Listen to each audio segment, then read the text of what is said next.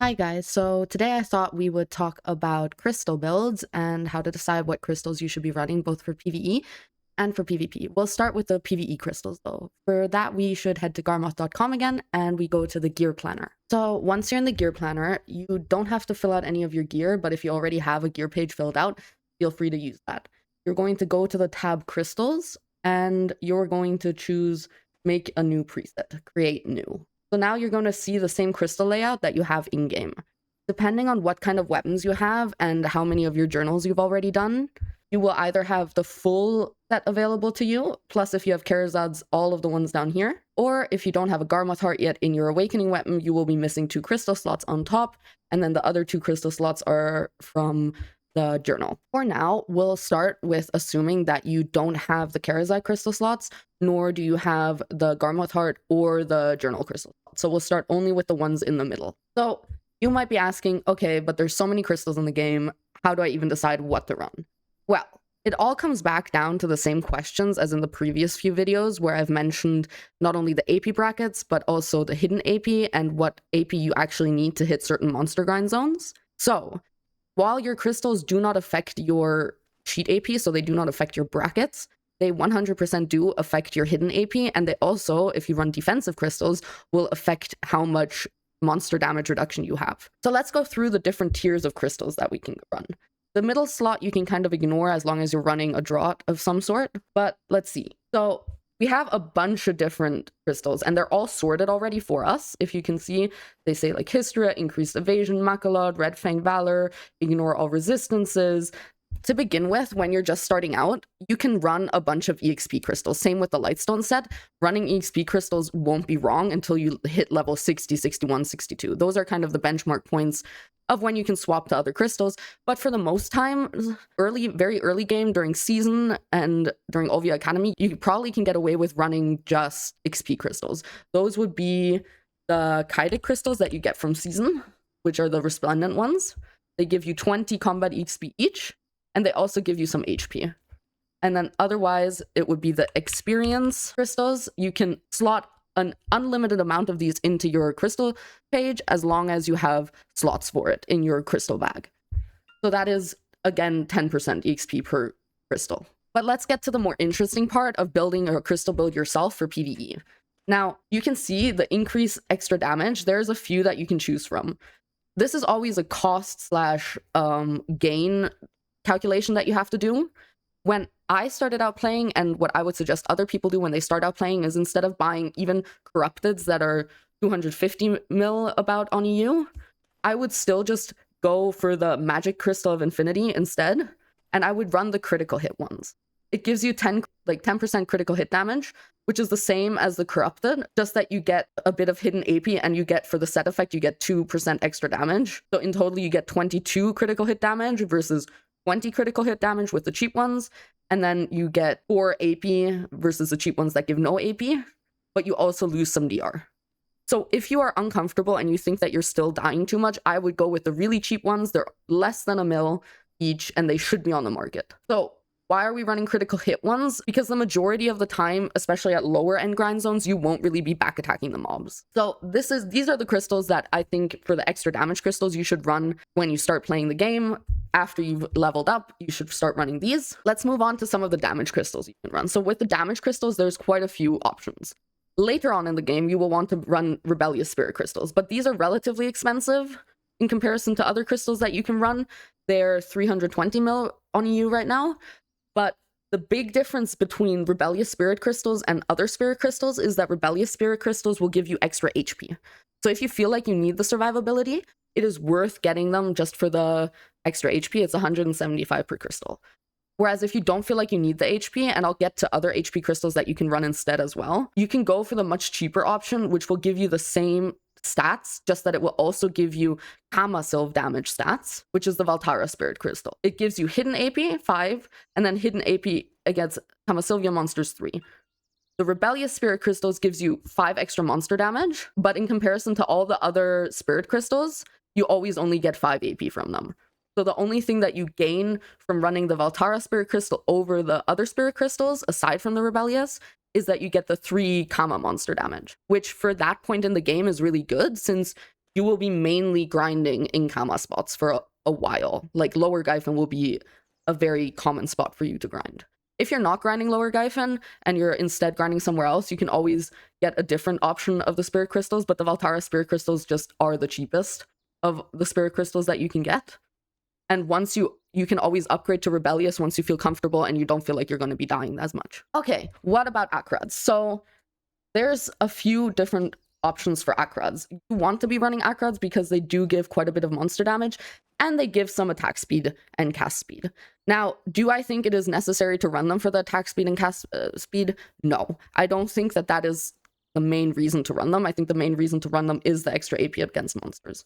But here again, I would just take the ones like the normal Akrad crystals without it being glorious, without it being void, simply because when you're starting out with the game, you will be dying quite a bit, and it is worth just getting cheap crystals. As you can see, these are only 210 mil, whereas the glorious ones are almost 500 mil, and the void ones are 2.8 bill. Same with the crystals of precise destruction. I would not buy the crystal of void destruction early game. I would still just buy the very cheap, always on the market crystal of precise destruction, because one, you can always upgrade later on, and two, if you don't want to spend the money on buying these crystals, you will actually be able to grind the spots to upgrade these crystals yourself later on in the game when you actually need the extra AP. Now, I'm going to interject something really quickly because you might be wondering why I'm only putting 2 in of every crystal. So when we go and we click to see which crystal, you see at the top here, when it says what kind of crystal it is, how many of them you can slot in. For instance, of the primordial crystals, you can only slot 1 in. Of the decimations, you can slot 2 in. Same with increased resistance, you can slot 2 in. And the bitterness, you can also slot 2 in. Most crystals, you can slot 2 in. The Adania ones, you can only slot 1 in. And the Hooms, you can slot 4 in, as well as the Makalods. So I would suggest from the start running a Giron's tier. They're relatively cheap. They give you a lot of extra stats. As you can see, they give resistance, they give HP, they give accuracy, they even give item drop rate, and they also give monster damage reduction and extra AP against monsters, which is really good. For an early game player and you're not confident on your class yet, it is a great way to feel a little bit more tanky. These are cheap enough and they're abundant enough on the market that you can buy the actual Giron's tier and not one of the lower tiered crystals just fine. Now for the offensive crystals, the ones that are going to be very variable, which ones you run, are going to be the resistance crystals. So for this, we're going to check in-game again quickly. Okay, once you're in-game again and you're looking at the monster zone info, you can get there just by pressing escape and typing in monster zone info. This is what you want to see. Now we've looked at this window before when we've looked at how much AP you need for each spot. But the other thing that's really important on this window is this here. It will tell you in the hashtags what kind of CC the mobs have. So if we look at Akman, it's knockdown bound. If we look at Alter Imps, it's stun, stiffness, freezing. If we look at, let's go to City of the Dead, it's nothing. So there's no CC there.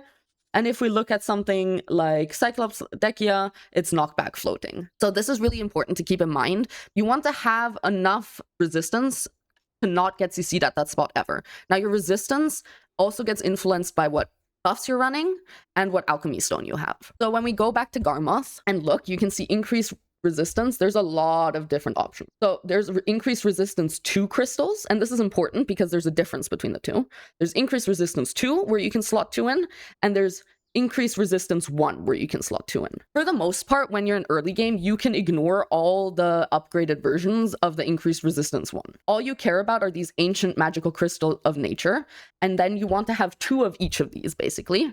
So whenever you're grinding at a spot that has stun, stiffness, freezing, for instance, you're going to run 2 giant crystals because they will give you 50% resistance in total. Or if you have a place that has knockdown bound CC, then you want to run adamantines, and those will also give you 50% knockdown bound resistant if you're running 2 of them. So for now, let's say that you're grinding somewhere where you need knockdown bound resistance. We're going to put in the 2 adamantines for now. Now for the last slot, there's a few different things you can do. If you don't have enough resistance just with your meal, your alchemy stone on, all your buffs running, the Giron's tier that also gives resistance, if you don't have enough resistance yet, you can always run an increased resistance 2 crystal as your last crystal. Now, the increased resistance 2 crystals, all of these are going to be relatively cheap, except the Stalwart Fortitude, but they also give monster damage reduction, as well as extra AP against monsters. So these are a really good option if you're just missing a few percent of resistance to run one of these 3 crystals, depending on which one you need. So let's say it's knockdown bound resistance, then you run stalwart fortitude. So this is what like a general beginner crystal page could look like. Now let's talk about some swaps that you can put in if you feel like you need more tankiness or you don't need the AP, or if you don't need resistance at all, what you can slot in instead. So for instance, if you don't need to have the resistance crystals in, you take those out. Depending on what you need for stats, you can run a few different options. So let's say, for instance, you need a little bit more survivability. You can go for 2 Hooms. You can go for basically 2 Han Hooms, which would be 326 million per, or you could just get the combined magical Hooms for 5 million each, and you just get the set effect, which gives you a little bit of damage reduction, a little bit of evasion, and a little bit of HP. Whereas the Hans will give you some resistance, extra HP, a little bit of accuracy, but the set effect will stay the same. I wouldn't, to begin with, start with something like ultimates, because again, they're just expensive, and if you die and you lose a crystal, it is just not worth it. If you feel like it's not exactly tankiness, like if you don't feel like they're hitting you for too much, but you just don't have a big enough HP pool, you can also put in HP crystals. Now, there are 4 different tiers of HP crystals. There's the magical Crystal of Infinity, which is the cheapest, which would give you 750 HP each. And then there's Won, Bon, and Jin.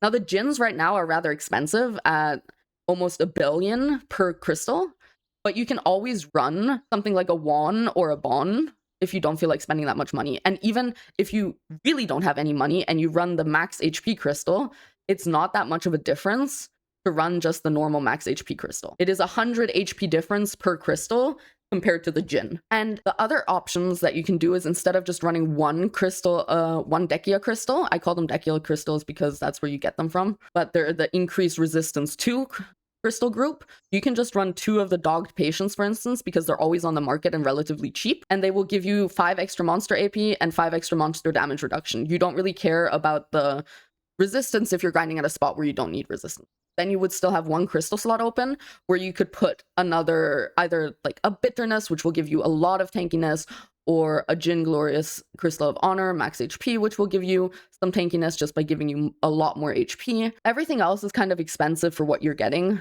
to be honest, so I would just go with one of those options. Now, this is all for early game. If you do want to have more AP, like if you need a lot more AP, you can just slowly start upgrading this stuff. Each of these crystals has upgrades on it, except the crystals from Dekia, like the Crystal of Dog Patience, the increased resistance 2 group, doesn't really have upgrades on them. And obviously the Gearens tier also won't have any upgrades since that's already the highest tier for that. You can upgrade all of these just slowly but surely. I would start with the Akrads because they're the cheapest ones to upgrade. You don't need to upgrade them to Void yet. You can just go for the Glorious to start with. And I would prioritize upgrading the Valtaras to Rebellious Spirit Crystals as well. Then, usually at this point, you will also have unlocked the 4 other slots. Now, what other crystals can you run in those 4 extra slots that you get? This is where it all gets a little bit more pricey. For the best PvE setup, you want to be running 4 Ultimate Macalods for the extra AP, because each of these gives 3 hidden AP, and the 4 set effect gives you 5 hidden AP. Then you would still have 1 single crystal slot open. In my opinion, what you should be doing at this point when you have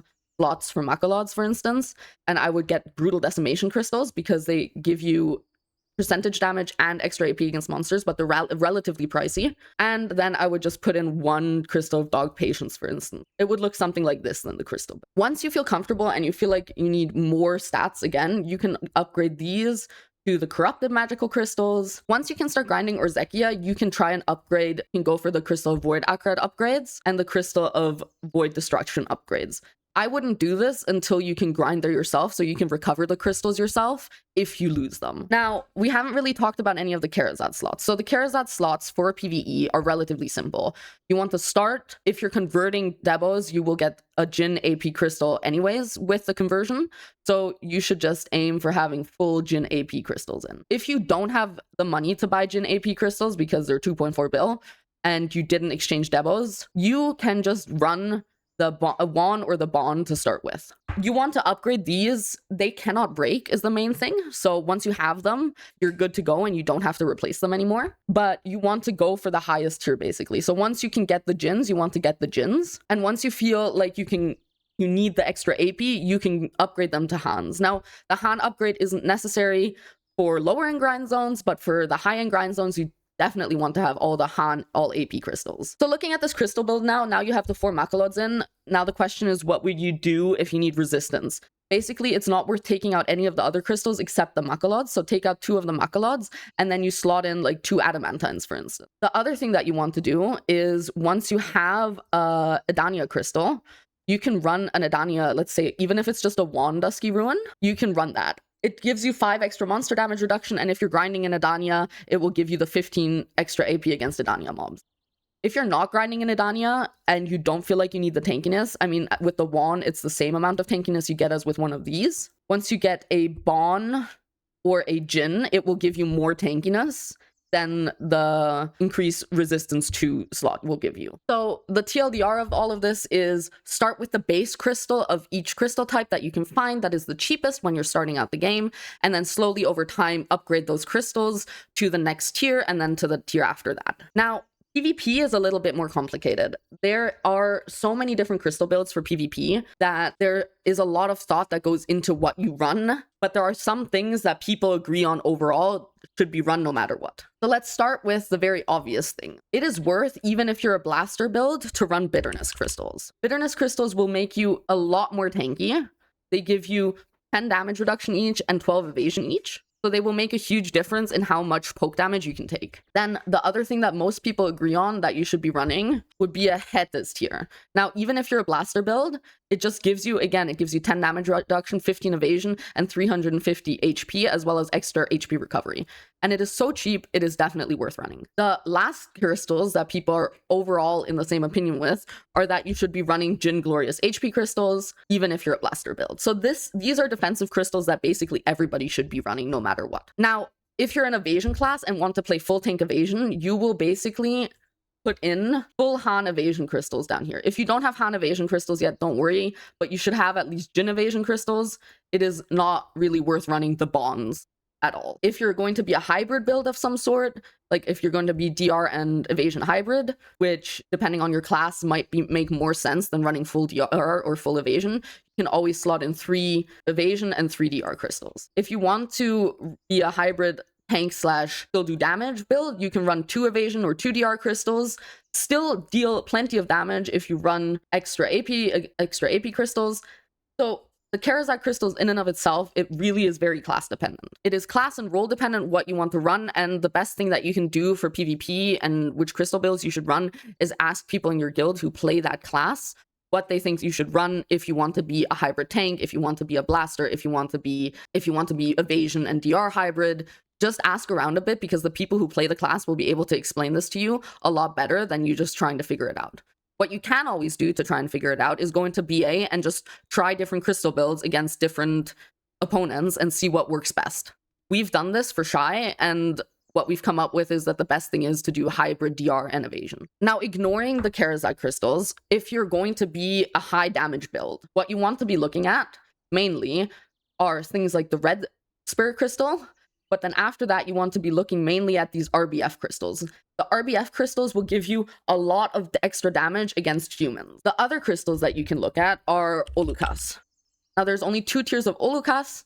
It is not worth getting the lower tier. You should just get the higher tier immediately. They're not that expensive. You can run 2 Olukas. For capped, all of this looks a bit different. You basically, after you have these defensive crystals, you can slot in as much AP as you want. You can also slot in some accuracy with either an accuracy Jin in your Karazak crystal slots, or you can run Elcars. I would also not really bother with the base Elcars. I would immediately go to the higher tier Elcars because they give you 30 accuracy. So all of this is to say, once you have crystals that you want to run the base version of, you can always upgrade those crystals to the higher tier version to get more damage or more damage reduction, depending on which crystals you're looking at. The main thing that you should be looking at when considering what crystals you want to run is, do I overcap the spot? Can I run any extra % damage modifier crystals if I do overcap the spot, just like with Lightstones?